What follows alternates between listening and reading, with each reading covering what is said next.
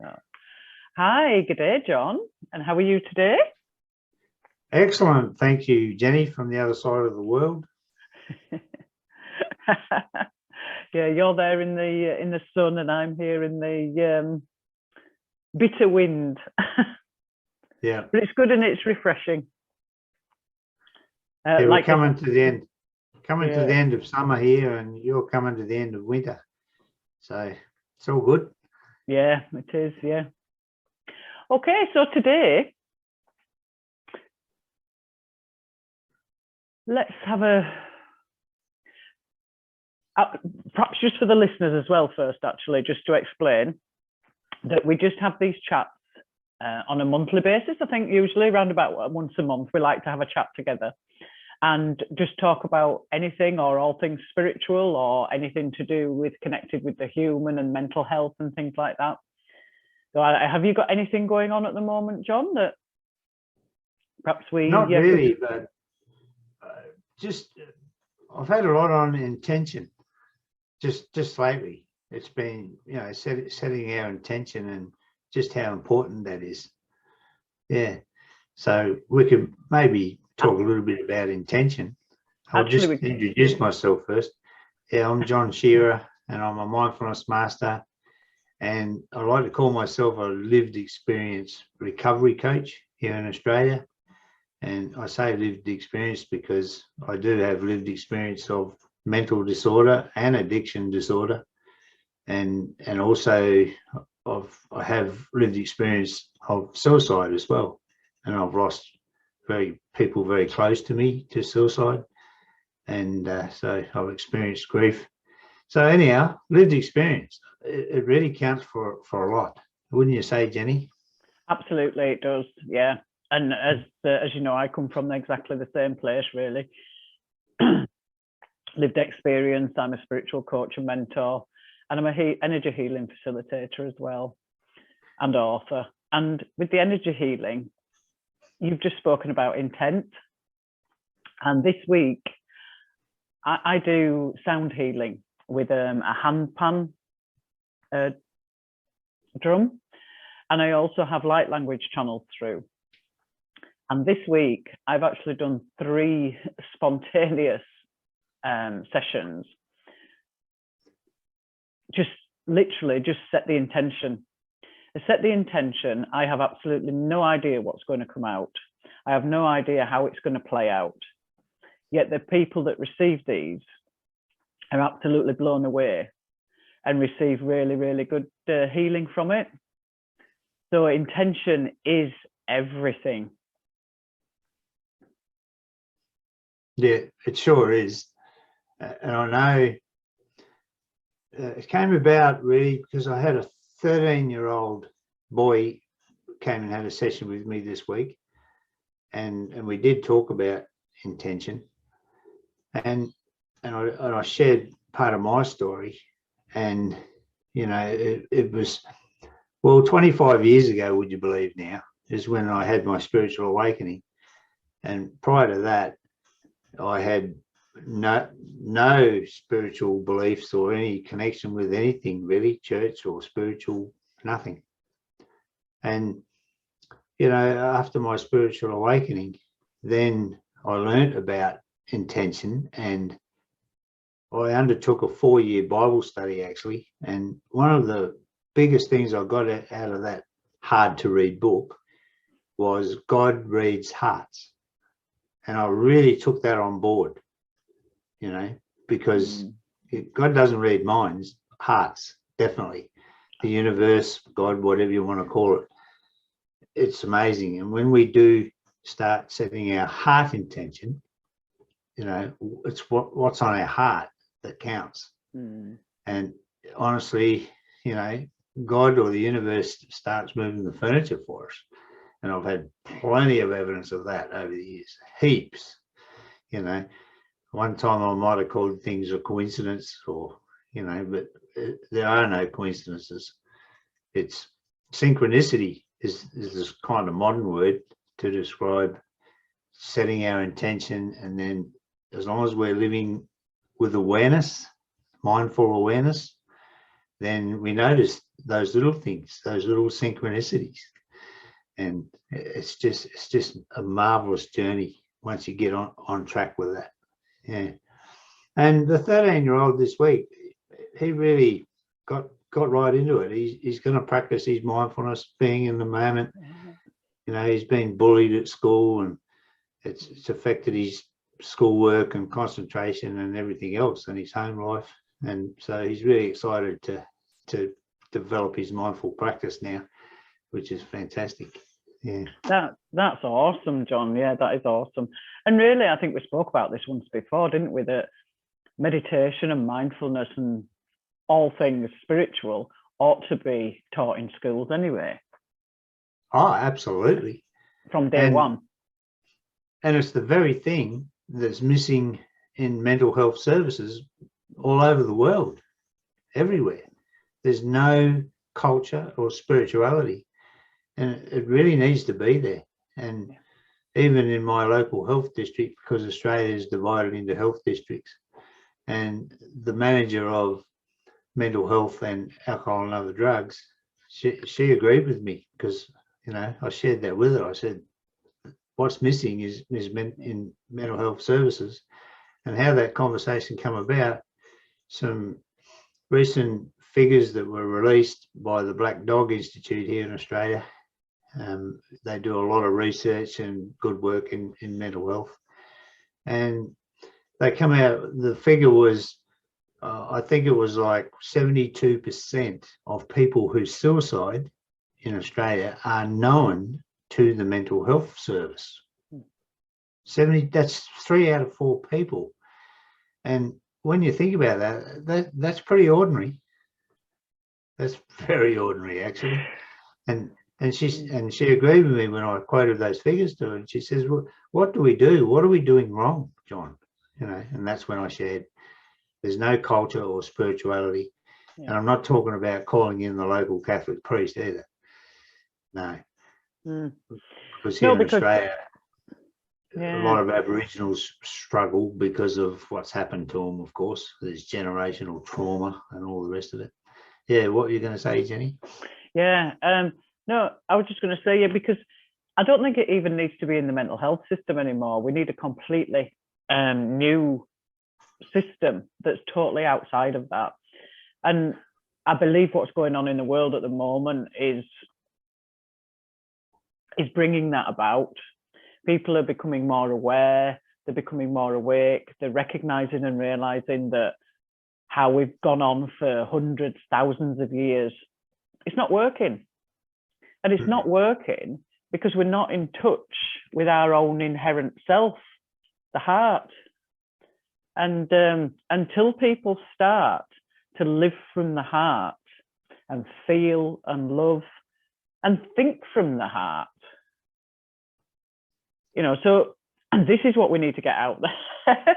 So I'm hoping in our own little way with these little conversations that if we just touch one person and help one person to realize that they are their own sovereign being, and all they need to do is get in touch with their own heart center, and then they'll start to see these synchronicities, and they'll start to see, you know, all these beautiful things that are happening. I mean, if you hadn't had your spiritual experience and I hadn't had mine, we wouldn't have even met because of how we met through the Emerging Proud. So that just shows you the tiny little ripples do have an effect. Absolutely. No question about that. And you've just mentioned the good news, and that is the world is awakening. It's happening. You don't see anything about it on the news.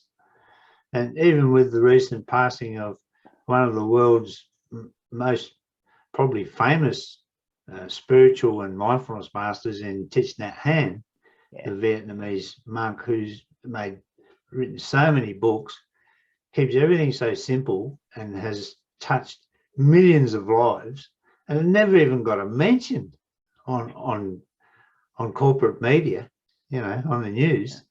It just shows, you know, boy, they're just focused on fear mongering and Yeah. Anyhow, we won't bash the media today, but yeah.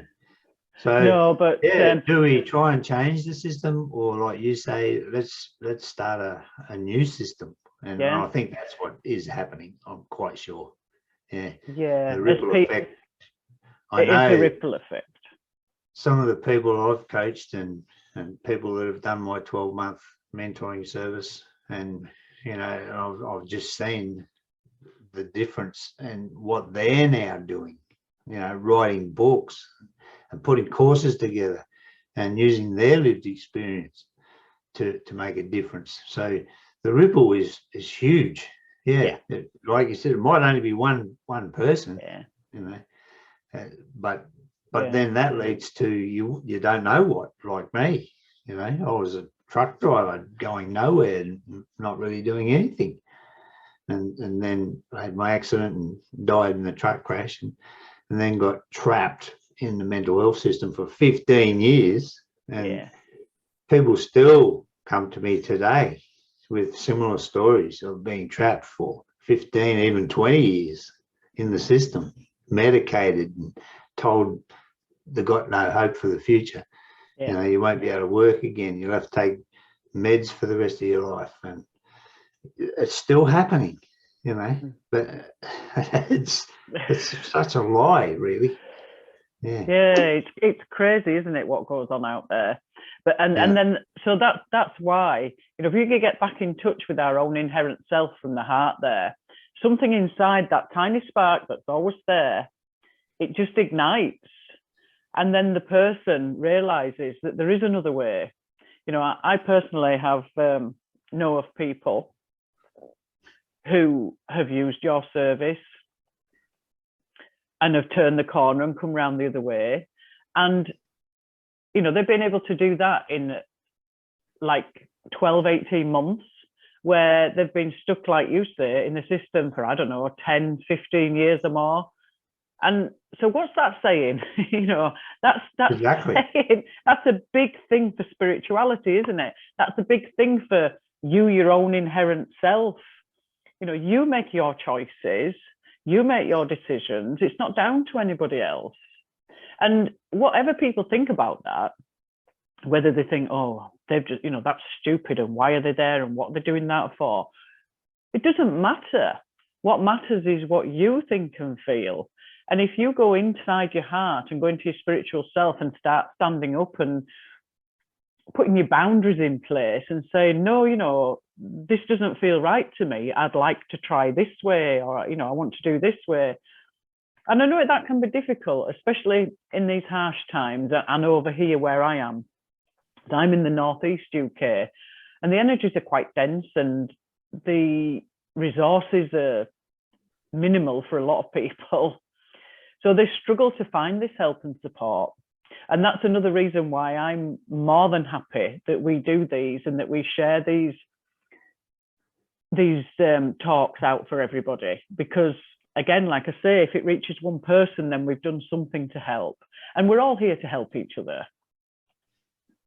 Yeah, absolutely, Jenny. It makes all the difference. It really does.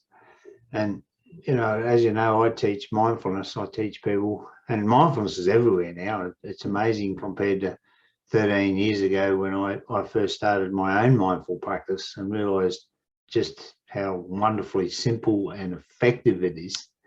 You know, it's just creating a new habit of returning to the present moment over and over and over until it becomes a new habit. And then anytime we notice unhelpful or negative thoughts, we just tell ourselves, it's like a heart instruction to the mind, be mindful.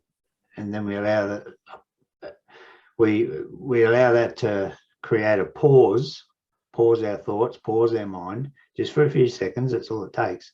And then connect with where we are, connect with who we're with, connect with our source energy. And at the same time, of course, we're connecting with ourselves, our authentic selves. And once we start doing that on a regular basis, it doesn't take long to start to see the benefits of that. And it's not only a mindful practice, but it's also a spiritual practice as well. and a very effective one. Yeah. So, you know, I encourage everybody out there, whoever's listening, yes, go and find a mindfulness coach, or, you know, a spiritual master, or whatever. Just go on Google and start surfing, and you'll find what you're looking for, because in a way you are setting your intention. Okay, I want to change. I want to learn more about this.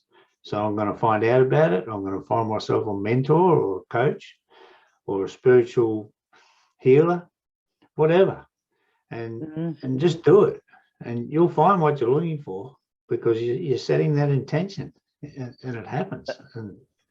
And the internet is a wonderful tool for doing that. It's how I started.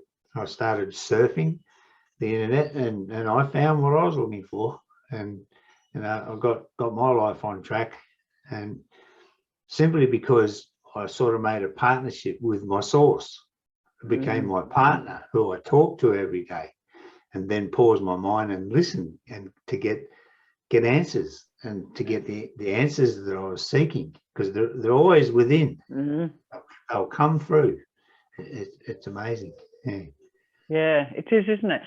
Would you like to share with us some of the people that, I know you like Rumi, and you've just spoken about Tai Chuan there. So perhaps would you like to share a little bit of something about either some of their quotes or what you like about them? Or yeah, well, I think one of my past spiritual masters, Rumi, and Rumi was a 13th century Persian poet, and a lovesick poet at that, because, you know, the love of his life, it wasn't happening, or she died, or I'm not sure the complete story, but he never made himself out to be any sort of son of God or anything like that. He was just a poet, and his quotes, and I'd encourage everybody out there, you know, if you're not familiar with Rumi, go on Google and start looking up, you know, poems of Rumi, Rumi, Rumi, and his quotes are just amazing. And even with my most recent book, 52 Weeks, every single week I end that week, they're chapters, but I call them weeks, because it's like a 52-week course, with a Rumi quote, because his quotes make you think, and they're, you know, they're very in depth and enlightening. It's amazing. Yeah. And Thich Nhat Hanh, who I mentioned earlier, who's just passed just recently, only a couple of weeks ago, at the age of, I think he was 94 or 95 years old.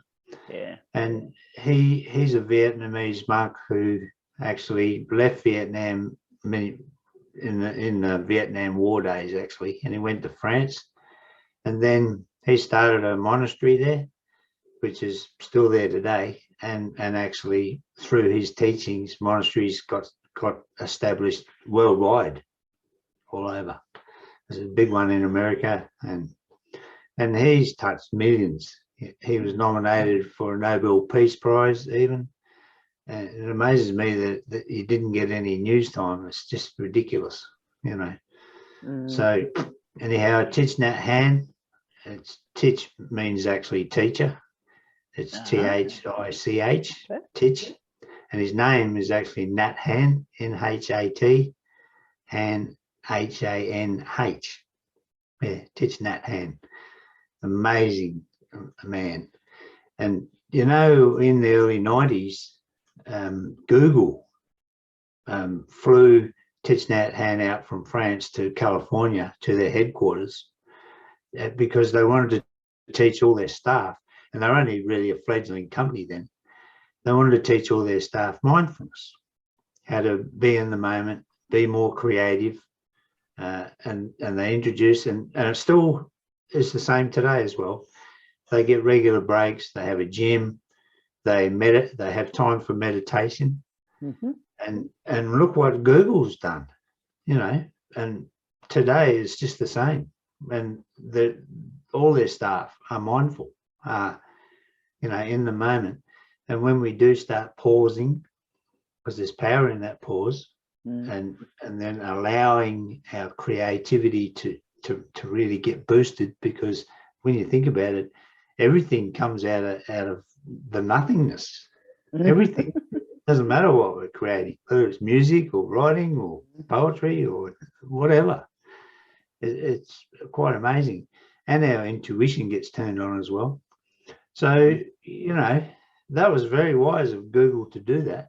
And well, you can see the results of it. And let's just hope that workplaces start taking on similar, you know, a similar approach, and encouraging their staff to live well. I always say happiness is, you know, with a mindful practice, once you get in the habit of being mindful, happiness is a byproduct of that. Yeah, it almost becomes automatic, because you eventually develop peace of mind and clarity of mind. No matter what's happening in your outer world, you're able to maintain that peace. Yeah, it's amazing. Yeah, it is. I mean, I can find that place. It's really, really lovely.